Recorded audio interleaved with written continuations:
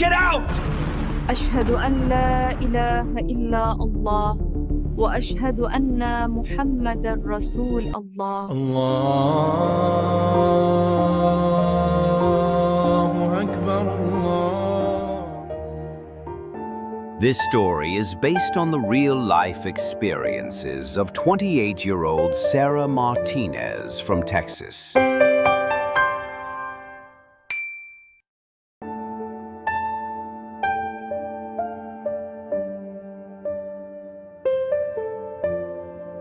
Until that ordinary Monday morning, Sarah Martinez's life flowed like that of any other young American.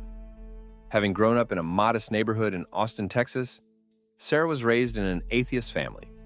Her father, Robert, owned a local auto repair shop and held a distinctly distant attitude toward religion. Her mother, Linda, worked as a nurse and preferred that religion never be discussed at home. There was no God in our house, Sarah recalls of those days. There was only science, logic, and standing on your own 2 feet. My dad always said, "Religion is a crutch for weak people. You're strong, Sarah. You don't need such things." During her university years studying psychology at the University of Texas, Sarah was a typical young person questioning the meaning of life.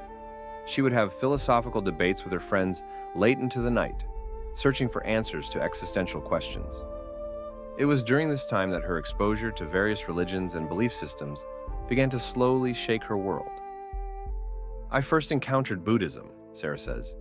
"I started meditating and went to yoga classes. But there was still a void inside me. It was like a missing piece in my puzzle." In the fall of 2019, Sarah's life changed unexpectedly. A university friend, Amina, came from a Pakistani Muslim family. Amina's calm and peaceful demeanor and her outlook on life caught Sarah's attention. Amina was different, Sarah explains. Even during stressful times, she had this inner peace. When I asked her about it, she said it came from her faith. "For the first time, I was curious about Islam." Sarah's interest in Islam began as an academic curiosity. She got translations of the Quran from the library and read books on Islamic history. She started watching Islamic videos online. Every page she read, every video she watched, drew her in deeper. "When I first read the Quran, it felt like it was answering my questions," she says, her eyes welling up. Especially the status of women, justice, mercy. There was a world of difference between the Islam portrayed in the media and the Islam I was reading about. After months of research and deep contemplation, Sarah began to feel she had to make a decision. In March 2020, at the start of the COVID-19 pandemic, during those long days spent at home, Sarah embarked on an inner journey. "I couldn't sleep that night," Sarah remembers. "There was a restlessness in my heart. It was as if something was calling me. I got up and took wudu, ablution, the way I had learned, and I prayed for the first time. At that moment, I felt such peace. It's indescribable." A week later, Sarah had made her decision. She went to the Islamic Center of Greater Austin and took her Shahada, Declaration of Faith. She says that moment was the happiest of her life. "The moment I said the Shahada, it was like I was reborn. That void inside me was finally filled. But I was also scared. I didn't know how to tell my family." Sarah was waiting for the right time to break the news to her family. However, fate had other plans. One day, her mother, Linda, found the Islamic books while cleaning Sarah's room. That evening, her family interrogated her. "Mom, I've become a Muslim," Sarah said, her voice firm but trembling inside. The silence in the living room was deafening. Her father, Robert's face turned bright red. Her mother, Linda, stood as if she'd been struck by lightning. "You're joking, right?" her mother finally said. "Is this some kind of rebellion? Is this against our upbringing, our values?" "No, Mom, this is me listening to my heart. I'm happy and at peace." "Happy?" her father shouted. "You've chosen a religion that enslaves women, and you're happy? It's the religion of terrorists, Sarah. You've lost your mind." "Dad, please, have you ever read about Islam? Have you researched it?" "I don't need to research. I see what they do on TV. I've lost my daughter. You're not my daughter anymore." That night, Sarah stayed in her room crying. Her family had given her an ultimatum: either renounce Islam or leave home. Sarah did not renounce her faith, and her family kept their word. She was told to move out within a week. Her uncle and aunt supported her parents. Only her cousin Michael was understanding. But even he kept his distance from Sarah due to family pressure. The hardest part was my mother no longer speaking to me, Sarah says. My dad at least yelled. He showed he was angry. But my mom, it was like she had erased me from her life. Sarah also found no support from her friends. Her university friends first thought it was a joke. When they realized it was real, most drifted away. Jessica was my best friend, Sarah recounts. When I explained the situation to her, she said, "Sarah, you've lost your mind. These people have brainwashed you. You need to see a psychiatrist." Those words hurt so much. Things didn't change at university either. When she started wearing a headscarf, the whispers in the hallways increased. Some students made openly racist remarks. I was sitting in the cafeteria when a group of students walked by. One said loudly, "Probably making a bomb." They all laughed. I felt so alone at that moment. The biggest positive change in Sarah's life was the family she found at the mosque. The imam and community at the Islamic Center of Greater Austin welcomed her with open arms. Imam Ahmed spoke with me at length on the first day I came, Sarah recalls. He told me, "Sarah, you are not alone anymore. You have a family here." Those words changed my life. The sisters at the mosque taught Sarah about Islamic life. She learned the prayer times, started reading the Quran, and attended Arabic classes. Sister Fatma was like a second mother to me, Sarah says. She taught me how to cook, how to tie my headscarf, and Islamic etiquette. But most importantly, she never judged me. The community also helped with her material needs. When she left home, she had nowhere to stay and needed a job.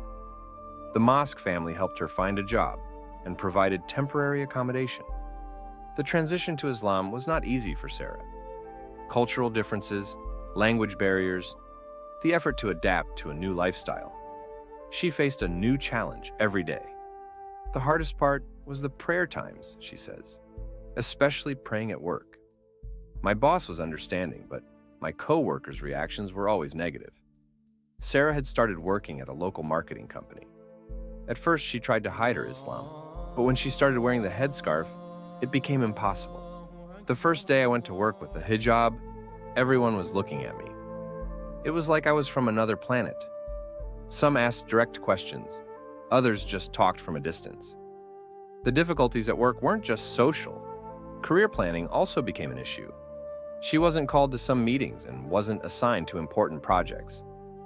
My boss never said it outright, but I could feel it. He preferred not to have me in client-facing meetings. He implied that your headscarf might make clients uncomfortable.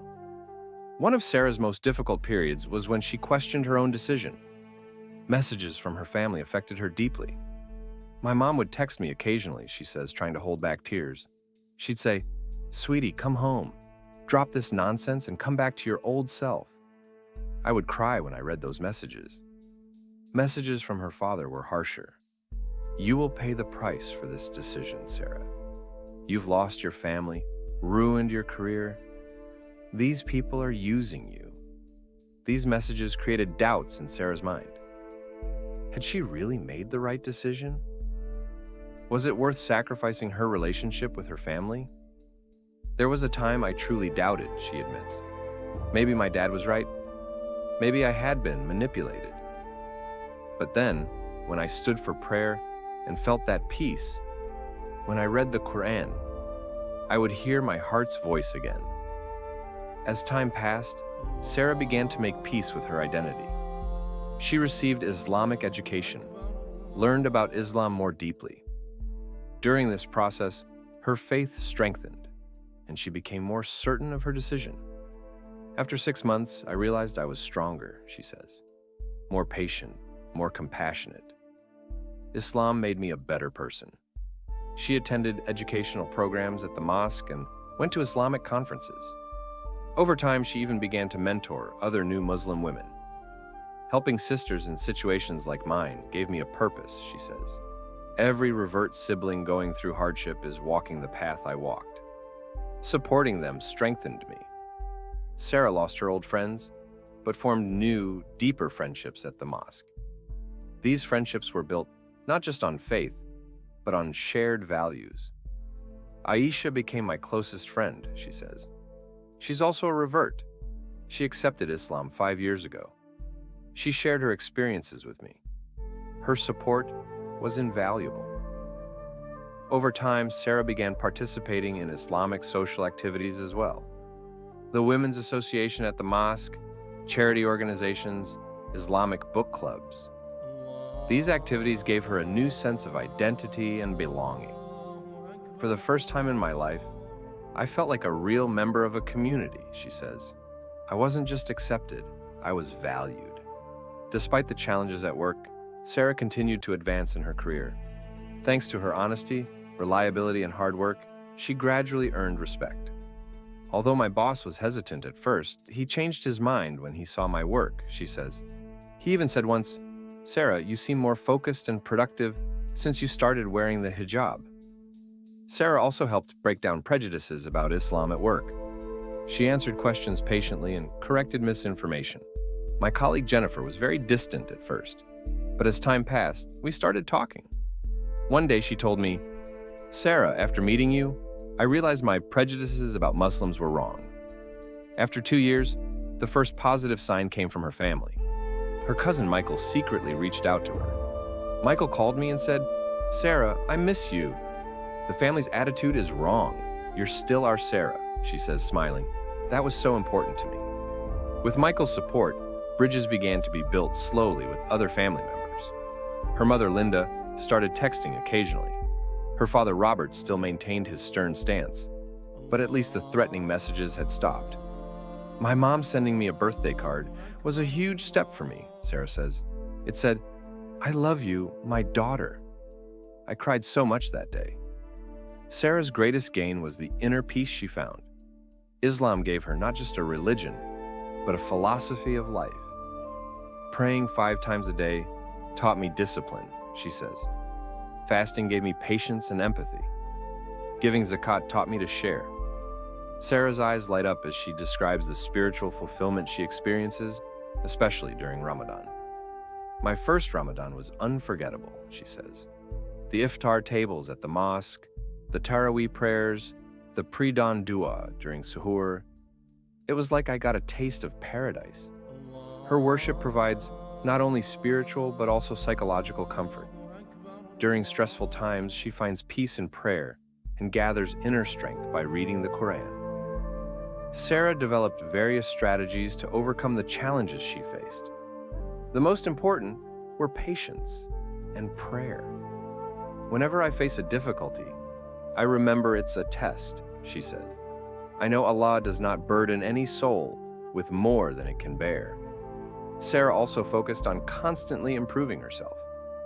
She reads Islamic books, takes online classes, and is learning Arabic. Knowledge is my greatest weapon, she says. The more I know about Islam, the stronger I am against prejudices. Sarah looks to the future with hope. She's currently working on a certification in Islamic counseling and dreams of working professionally in this field one day. I want to help Revert brothers and sisters, she says, especially supporting women who have been rejected by their families.